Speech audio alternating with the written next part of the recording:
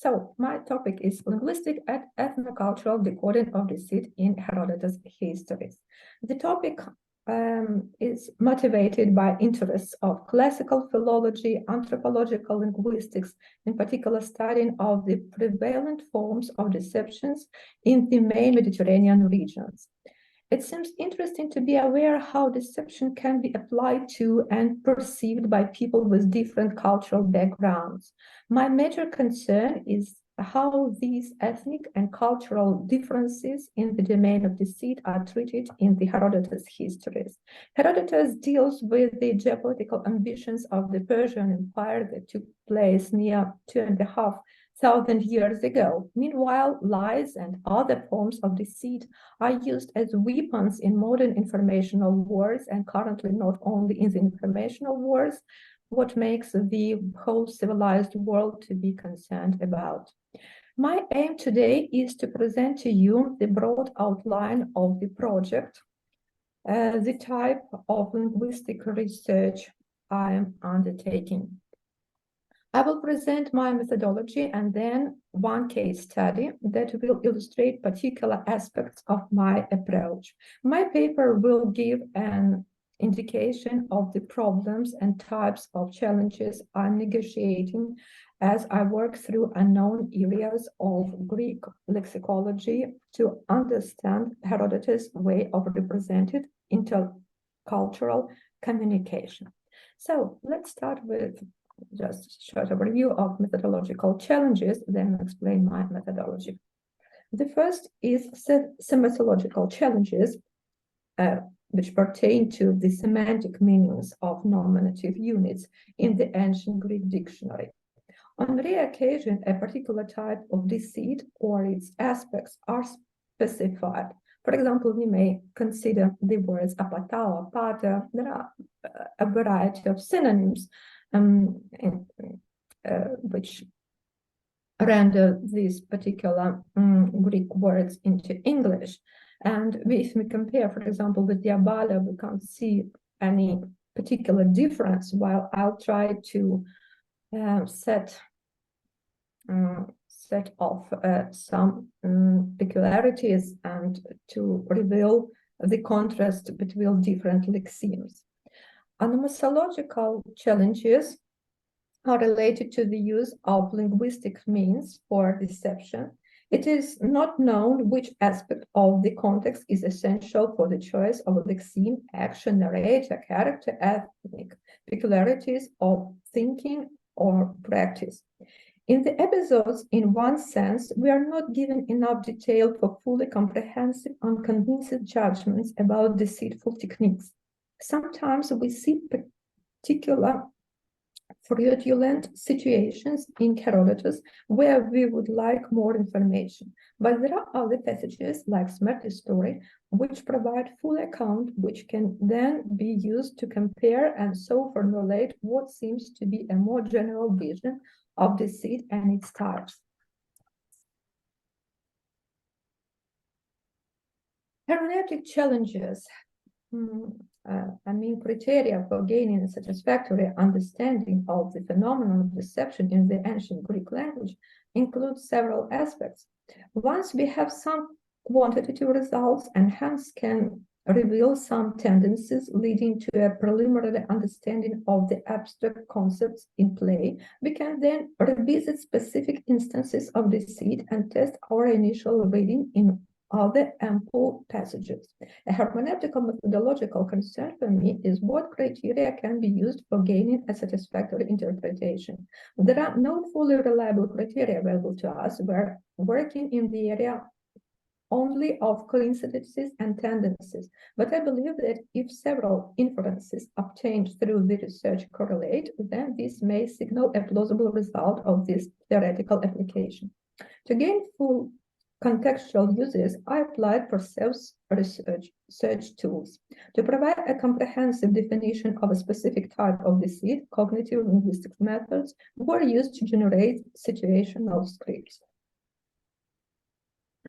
Actually, new methods applied to deceit in classical languages are available. I mean, the article of Christos Krimitas, article The Discourse of Deception and Characterization in Attic Oratory, which is helpful as a starting point for my research.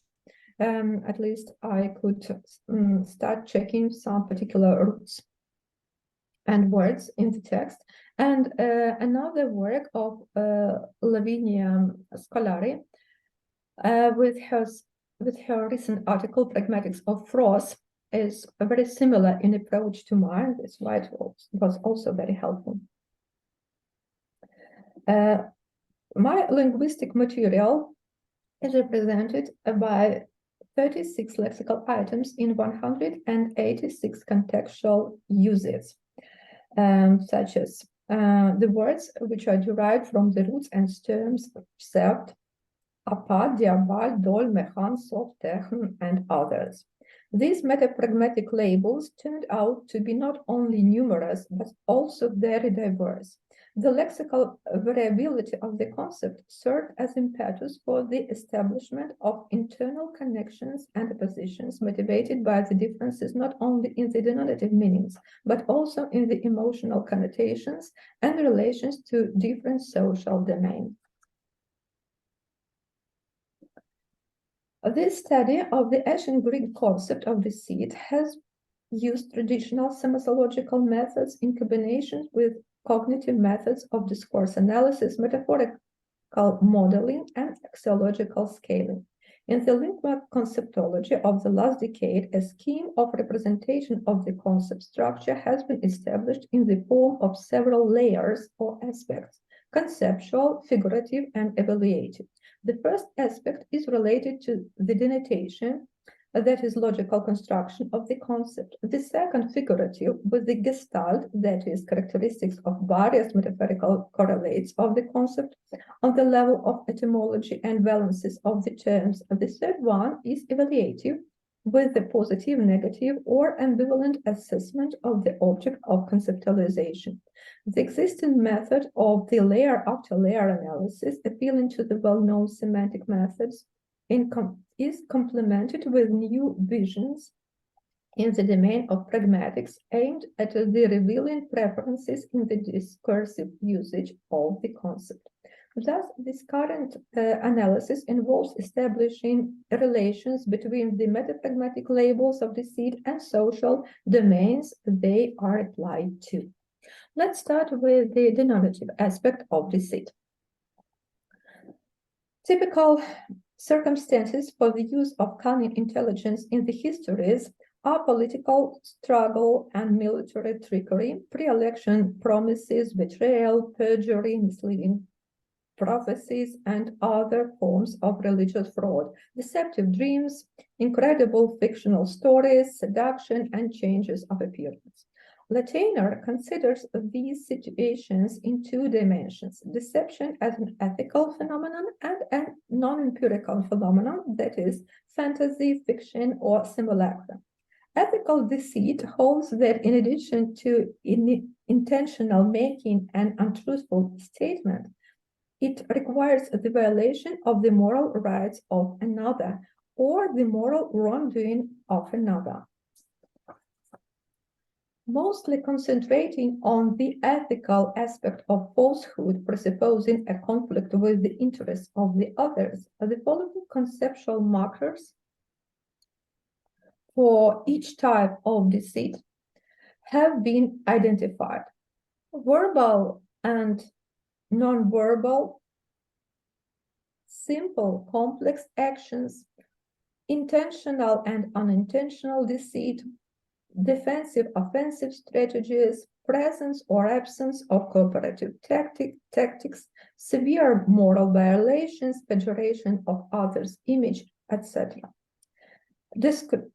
Deception, conceptualized as an intentional communicative act, serves for inviting false beliefs in various ways: intentional misinformation, slander, manipulation, intrigue, insidiousness, ruse.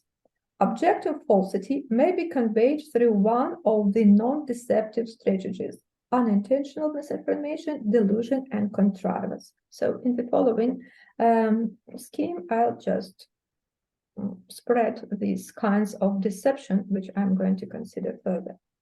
So I will elucidate the differences in denotative meanings of the concepts through a series of examples and delve into how contextual indicators determine the choice between various forms of deception. So I will give some examples. For example, the first one represents the kind of deceit which is called misinformation. It's a verbal representation of an alternative reality, unintentionally or unintentionally created in speech. It is usually mentioned in opposition to the truth and the real state of affairs, so that in most cases misinformation can be identified as lying. For this reason, misinformation due to its intentional falsity can be considered as a potential cause of disapproval, while the covetousness testifies for a defensive intention on the part of a deceiver. For instance, in the book 6, the first chapter, the Greek tyrant of Miletus, Histias, suspected in the preparation of the Ionian revolt, lied, demonstrated a complete ignorance of the cause of the rebellion, and even feigned surprise at the turn of the events. Nevertheless, for the interlocutor, Artaphernes, who knew the truth about the immunity in all details, it is indicated with blue color in Greek text, so eidos ten artrekeian tes apostasios, and probably noticed falsehood from the body language, oreon auton technazonta. The Histias' defensive tactics became evident. So I will go further in order to cover as much material as possible. So, and let's consider the next type of deceit, which is called manipulation. It is mostly verbal strategy of concealment of true intent with partial distortion of the real state of affairs to control the consciousness of a person or a group of people against their interests. The offensive goals and intentions of the speaker must be invisible to the other party under the veil of cooperative tactics of the deceiver. Here is another example which concerning Histias, who was frightened by Artaphernes' understanding of the matter and fled the next night to the sea, for he had deceived Darius by promising to subdue Sarda, the largest of the islands, while secretly intending to make himself leader of the Ionians in their war against Darius. This case of an undoubted contradiction in the intentions of Histias and his true goal can be considered in a wider context in the 5th and the 6th books. Under the guise of a cooperative tactic peculiar to manipulation, the former Milesian ruler promised to King Darius to promote the expansion of the empire by conquering the largest of the islands, Sarda.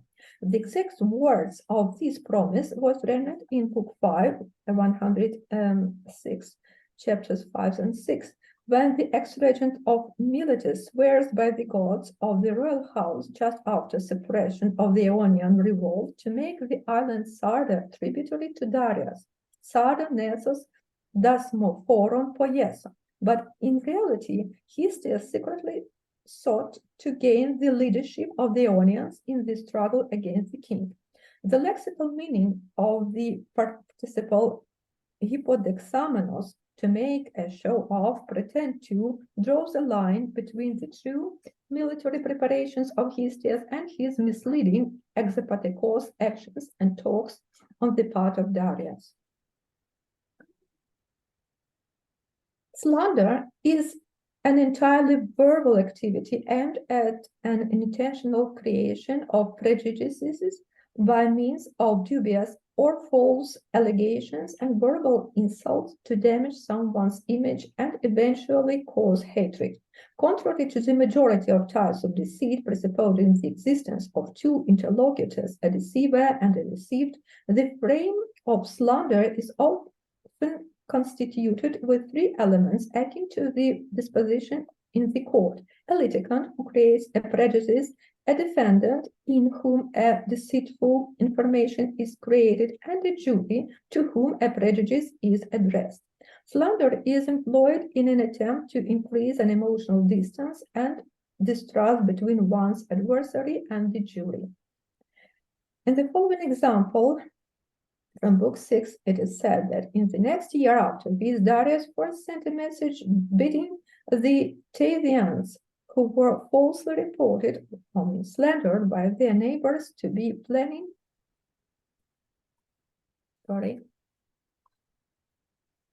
rebellion to destroy their walls and bring their ships to Abdera. In this case, there are three participants. The Thasians were the target of a slander, Diabellum tentas. The Thasians' neighbors are those who committed slander. Their allegation was concerned not with what the Thasians had done, as presupposed by misinformation, but what they had been planning to do, mechanoto, which is more challenging, if even possible, to specify and prove. The Persian king Darius, with his demand to Thasians to destroy their military power, is one who may be considered as the jury executing this sentence.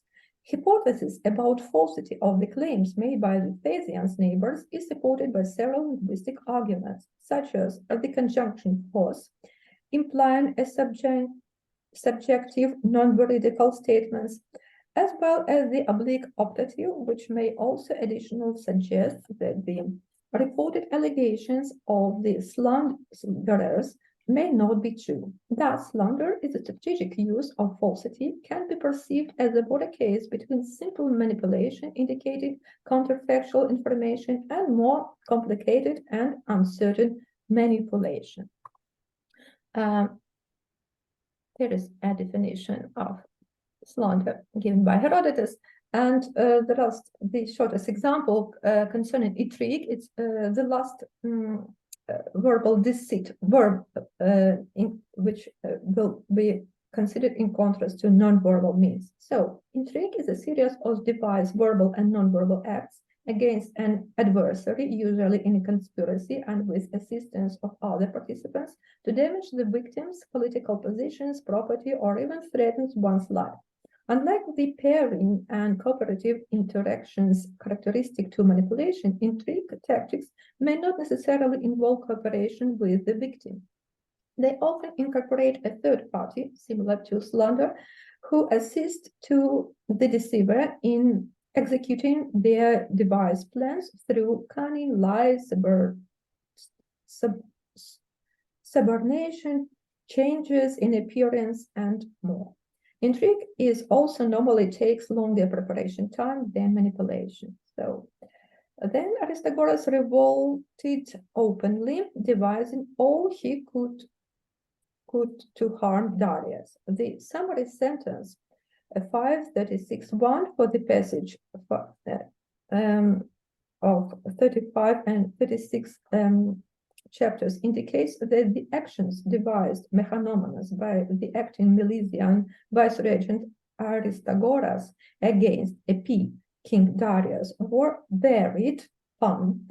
All this period of time, the conspiracy of Aristagoras and his trusted confederates moved out of their preparatory phase into open, alarmed confrontation, Act 2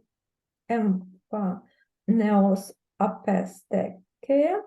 Their actions were aimed at the change of tyrannical regimes in Ionia to democratic ones, to gain support among the vast population and in such a way ensure the victory of the anti-Persian revolt.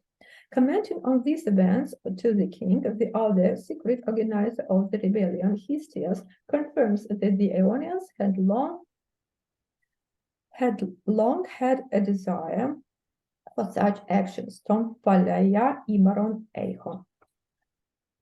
And now, skipping some nonverbal types of deceit, and self-delusion, I'd like to show these results of my lexical analysis, which were represented separately for colexemes and peripheral lexemes. Colexemes, I mean the most and the most frequently used lexemes with high number of derivatives. They often develop the opposite meaning truth, and they are engaged in antithetical constructions such as pseudeotemanteia, apseudeomanteia, false oracles, true oracles, or literally infallible, and often negatively marked. Periphery is less significant. It has comparatively low frequency of usage and word form and activity, and do not form any antithetical links. So normally, each kind of deception has its main verbal representative. For example, misinformation is most often indicated with the words derived from the root pseud, slander most often represented with diabolic words, etc. And there are also peripheral lexemes, which are numerous, but their impact is not so vivid.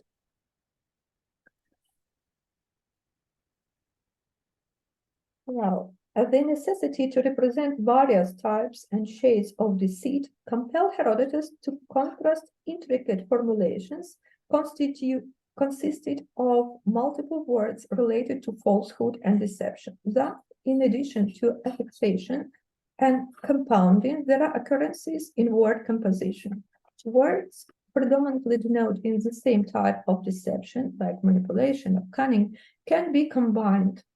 Moreover, instances arise where different types like manipulation and insidiousness are conjoined for newest expression. For example, as in the last example, we have two lexemes, dolo and pragoyen, which are actually represent a slightly different kind of deceit, and insidiousness and manipulation, so nonverbal and non-verbal types.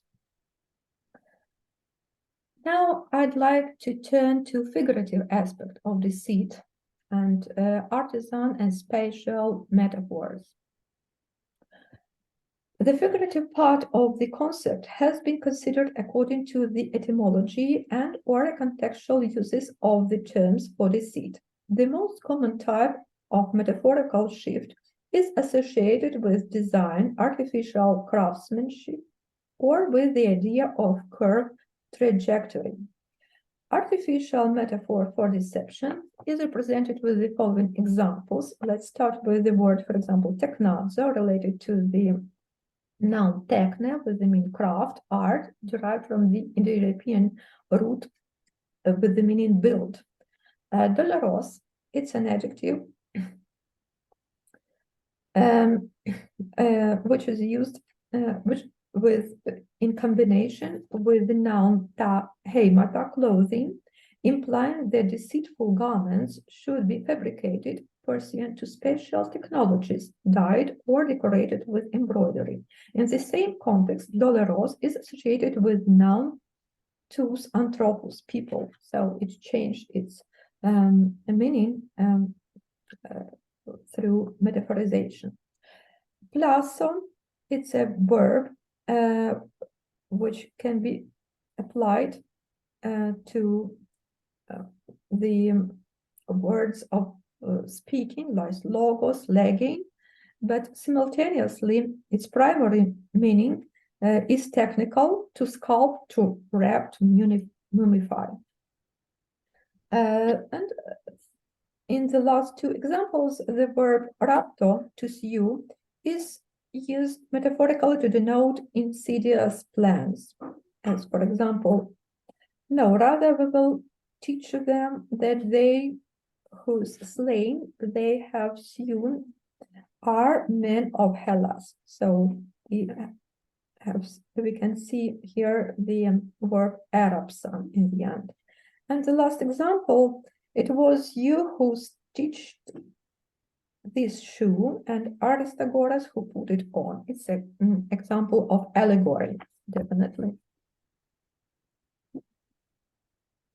Spatial metaphor inherent in manipulation is closely linked to the imagery of a roundabout, detour, or off-ramp. In this context, deception is conveyed through words whose lexical and etymological meanings are associated with a deviation from the correct and direct path, namely parago, with the meaning change direction, divert, transfer, planao, to make, to wander, to lead aside, to stray from the path, diakruomai, evade, and finally exapatao, which probably associated with the word pathos, path, road. In the histories, words manifesting spatial model for deceit were combined into one phrase, tes apathes, te paragoge, deceitful trick. Another noticeable example concerning wrongdoing is found in the metaphor dole autus pragoye, guide onwards by a trick. Or utrepate pipsevdeo hodon, he didn't take the way of falsehood, in comparison with Harpagos mende ton itin ephainelogon. Harpagos told the story straight. To the same extent, spatial metaphorization can probably be found in the word diabalo, attack, a man's character, calumniate, which meaning is derived from to set at variance and to separate, to throw, carry over, or across, when we are talking about ships, for example. Hence, the majority of deceit types can be analyzed through the perspective of artisan or spatial metaphorization. The most accurate correspondence of falsehood and deception to the metaphor of an artificial superstructure is traced with the meanings ruse, insidiousness, and intrigue. Intentional misinformation is primarily delineated with an artificial metaphor represented with the derivatives from techn plus kibdel, 32%. The most commonly used cognates of pseud, 68%, with probably non-Greek etymology. Unfortunately, that's why we can't indicate the percentage for misinformation in general. The meaning manipulation is generally expressed with the verbal means associated with the idea of a curved trajectory, a path, parag, plan, diakru, and diabal. Both the situation of misdirection and manipulation can be supplemented by mentioning the pretext, skepsis, of a deceptive action. So now we have come to evaluative dimension of deceit, which can be strongly negative, neutral, or positive.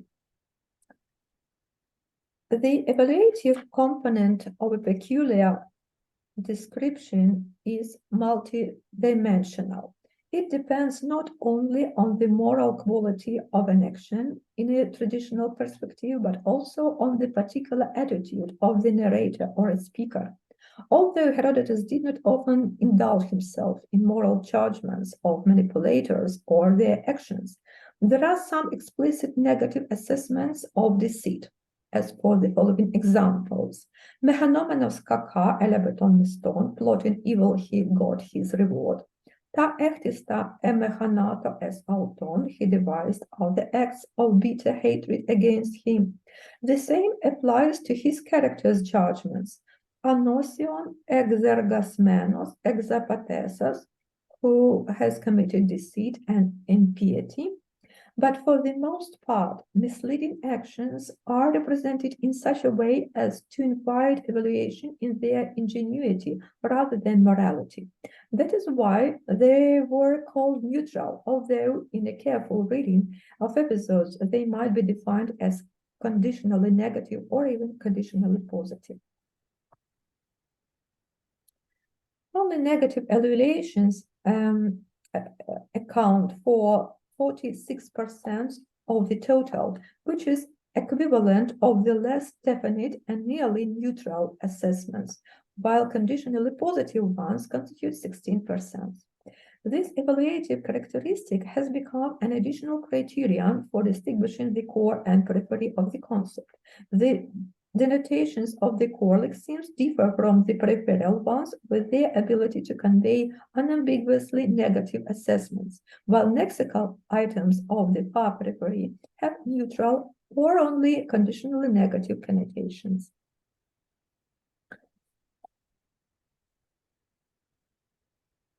The total number of negative values expressed with the core is 85%, varying from 25 to 8% for each item. The most negatively labeled among all derivative groups are apart, 83%, followed by dol, 69%, diabal, 50%, and pseudo-words, 46%.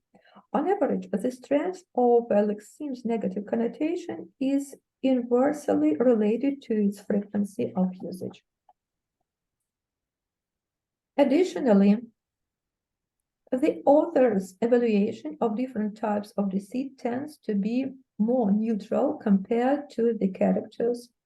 Notably, among the most negatively marked forms of deceit, one stands out: insidiousness, most frequently designated with dual words, slander with diabal words, manipulation with apart words, and the trick with mehan word. So in the following table, we may see these three types of deceit when the characteristic is definitely negative, while Herodotus describes similar actions more in more neutral shades and rarely used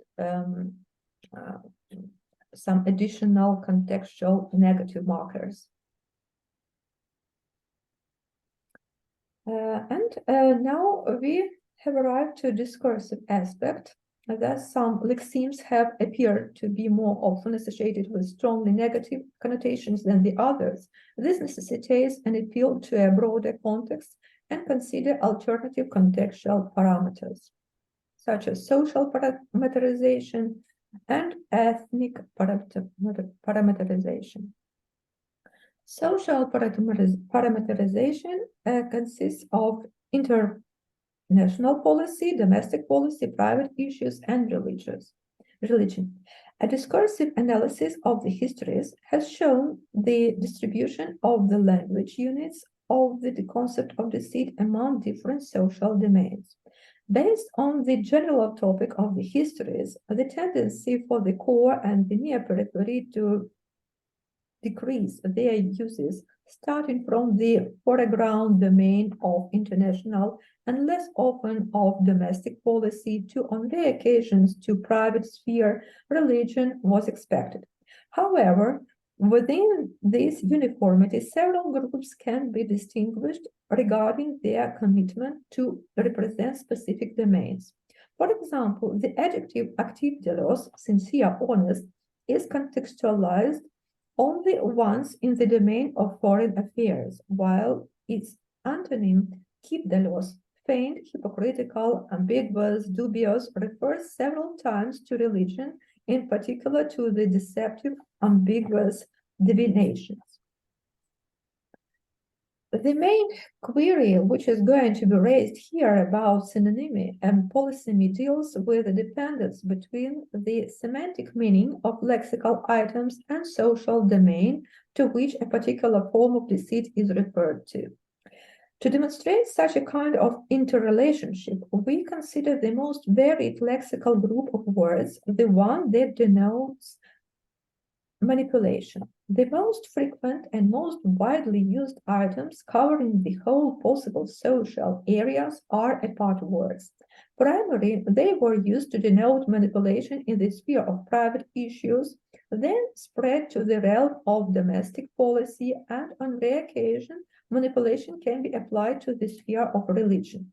In all these domains, apart items can be easily supplemented or substituted with the peripheral lexemes representing the same spatial image, parag, in the private issues, plan and diakru in the politics, while in the religious domain, they are thematically equal to the adjective kivdelos, with the artisan modification of its etymological meaning.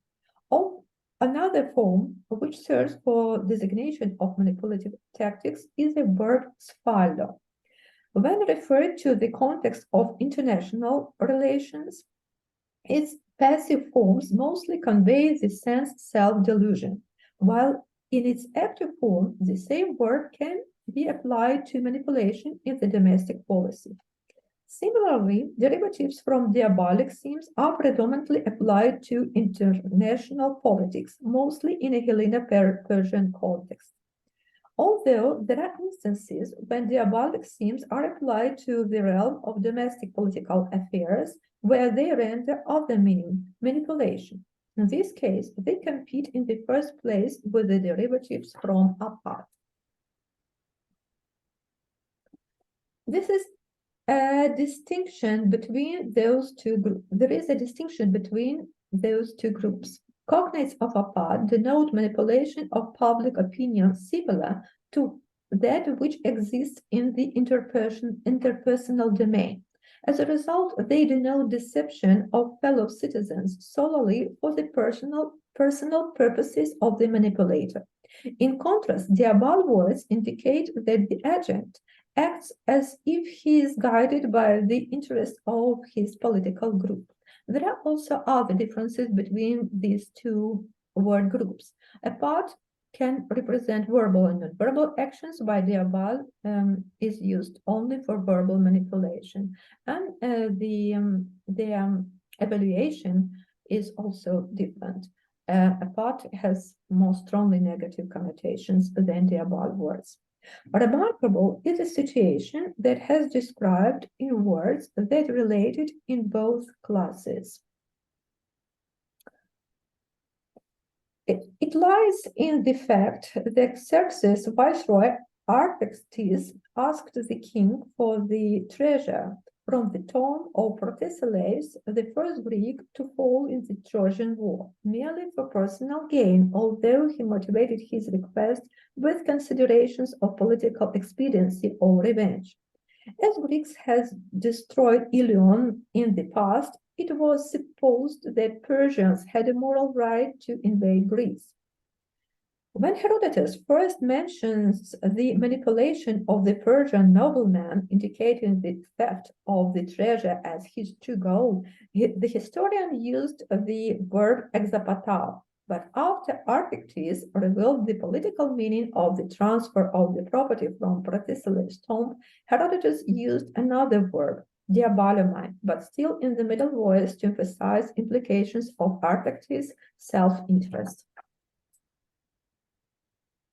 There are two cases of usage of these two verbs to the same situation with slightly different meanings.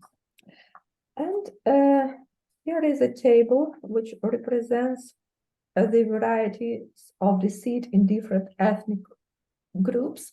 I will focus your attention on the following table, where I summarize non-verbal forms of deceit and verbal forms of deceit for people of Asia and Greeks. And we can see this most important difference that Asians most often use non-verbal forms of deceit.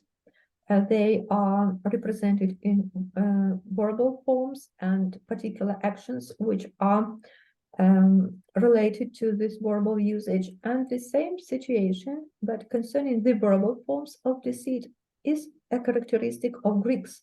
We see that the verbal units applied to these verbal forms of deceit are most numerous, and the acts are happen more often as well.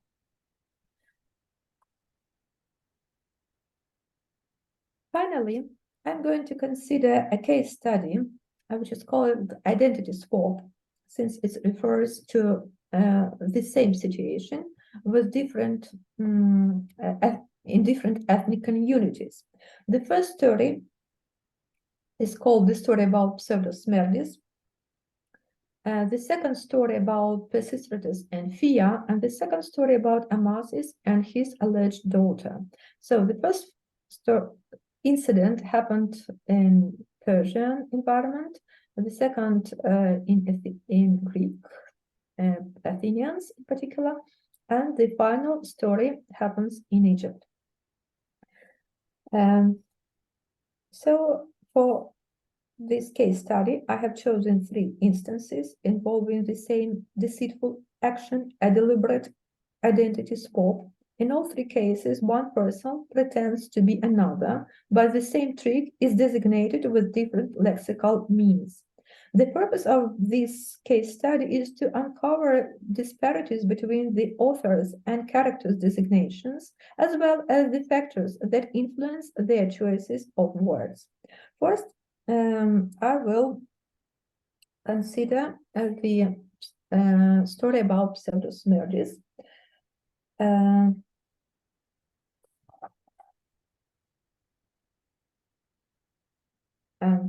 in parallel, I will compare it with the second one. So in the first 2 situations, in the Smerdis and the Pisistratus stories, deception begins with the formulation of its concept in the minds of 2 close partners, such as 2 magi in the Persian case and Athenian aristocrats, Megarcles and Pisistratus among the Greeks. At the second stage of the deception, a 3rd partner is invited. In the first story, Pseudosmerdis, who was falsely alleged to be King Cyrus' son, and his brother tried to gain the loyalty of Prexaspes, a Persian nobleman who killed real Smerdis. In the second story, 2 noble Athenians found a woman from Attica whose beautiful appearance suited their PR technology goals. In both cases, the initial plan was designed to seize of the supreme power, and accordingly, the deceptive actions may be identified as the specific type of deceit I identified as, according to Herodotus, as intrigue or revolt. However, in the Persian context of this Smerdis story, the first characterization is verbalized by a character, Cambyses, who were deceived with treacherous conspiracy of magi in rather emotional manner, as nonverbal trickery, dolo, often associated with insidiousness. Herodotus described both stories in full detail to show the cooperative tactics of deceivers towards public opinion. In the Persian case of an identity swap, the narrator mentions the following trickery details: a formal resemblance, full name correspondence, concealment of physical defects, performing official state duties, including non-formal ones like those of the attending wives of the previous king. The importance of formal non-verbal attributes confirming the identity of the holder of power is noticeable in the story of disguising the Persian nobleman Artabanus in royal robes. The purpose of this other identity swap was to mislead the ghost who had been visiting the real king at night. The trick partially succeeded, as after Artabanus put on Xerxes' attire and sat on the king's throne, a deity hitherto unfamiliar to Artabanus appeared to him in a dream as if to the king. But what is important in Pseudosmerdis' story is that all above-mentioned misleading routine was accompanied with official allegations to the army that henceforth they must obey Smerdis. All these kinds of verbal and non-verbal deceit were predictably referred to by the narrator as apathe, a selfish, manipulative intrigue. The conspirators even planned misinformation in the general public, but at the final stage, the third of the allies refused to continue this dishonorable political intrigue, revealed the truth, and committed suicide. In the Greek context, nonverbal trickery was concentrated on the deceiving image of a goddess who was allegedly embodied as a human likeness. The role of the improvised Athena was performed by a tall, nice-looking woman equipped in full armor and put in a chariot. Before the final stage of visual manipulation of public consciousness, heralds running onwards asked Athenians to warmly welcome Pisistratus, whom Athena honors himself and now is bringing back to her own Acropolis. This is comparable to the proclamations of Persian heralds. However, while the Persians were ordered to make fraudulent allegations which entirely distorted reality to the opposite, the Greek manipulated the crowd's beliefs about the non-empirical world, and consequently their claims were not so entirely refuted. Moreover, these untrustworthy ideas were spread and unconsciously enhanced by rumors, so that Athenians, who were believed to be the most critically thinking among the Greeks, finally believed that the woman attired like a goddess was Athena herself, and so welcomed Pisistratus. Herodotus was so impressed with this sophisticated communication technology that the focus of his attention was shifted away from the negative moral aspects of manipulation and political consequences and towards the rather positively marked ingenuity of the event, as expressed in Sophian Mechanonte.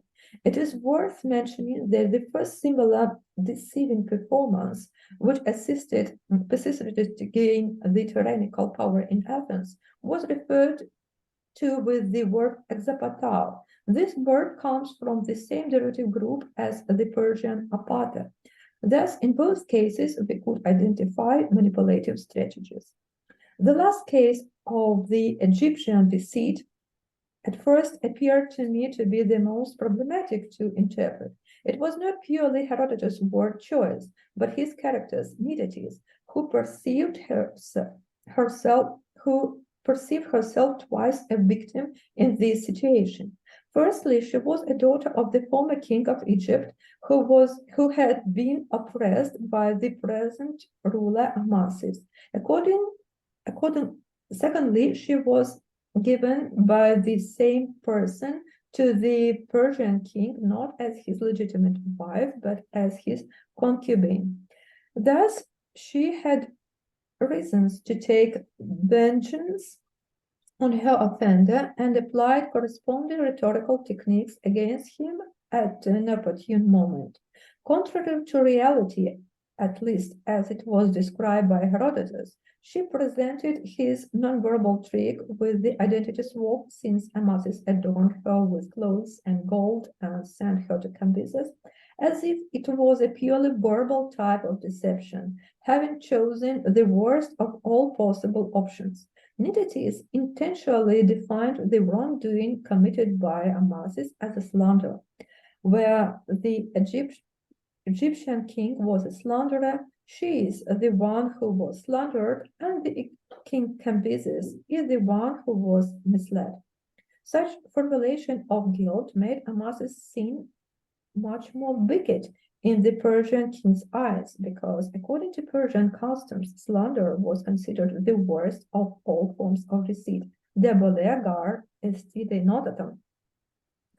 Nidates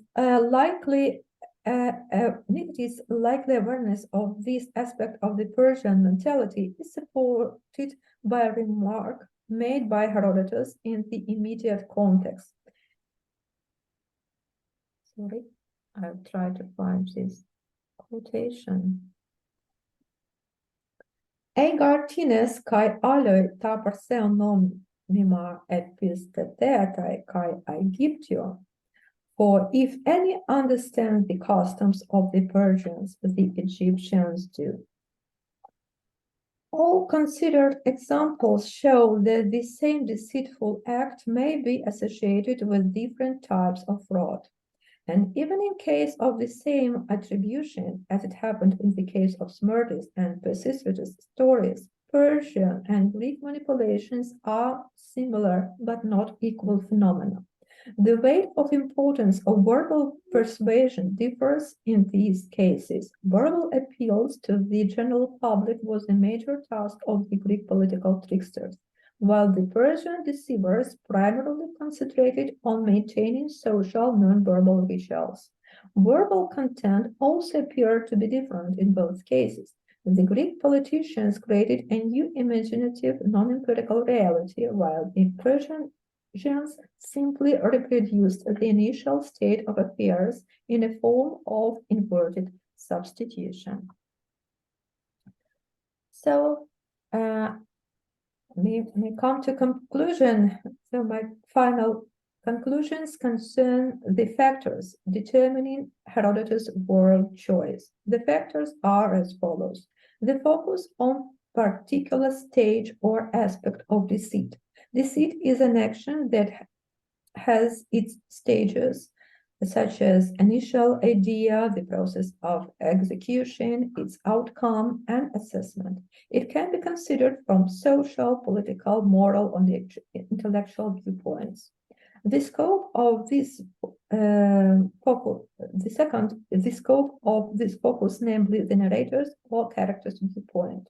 The third, the social domain of the deceit, and finally, ethnic and cultural aspects. In terms of ethnic and cultural aspects, we have the most difficult area for contemplation. To illustrate my point of view, I would like to present figures for a further future discussion. Why, for several types of deceit, Herodotus is inclined to use more positively marked lexemes for the Greeks in comparison to the Asian ethnicies. Oh, thank you.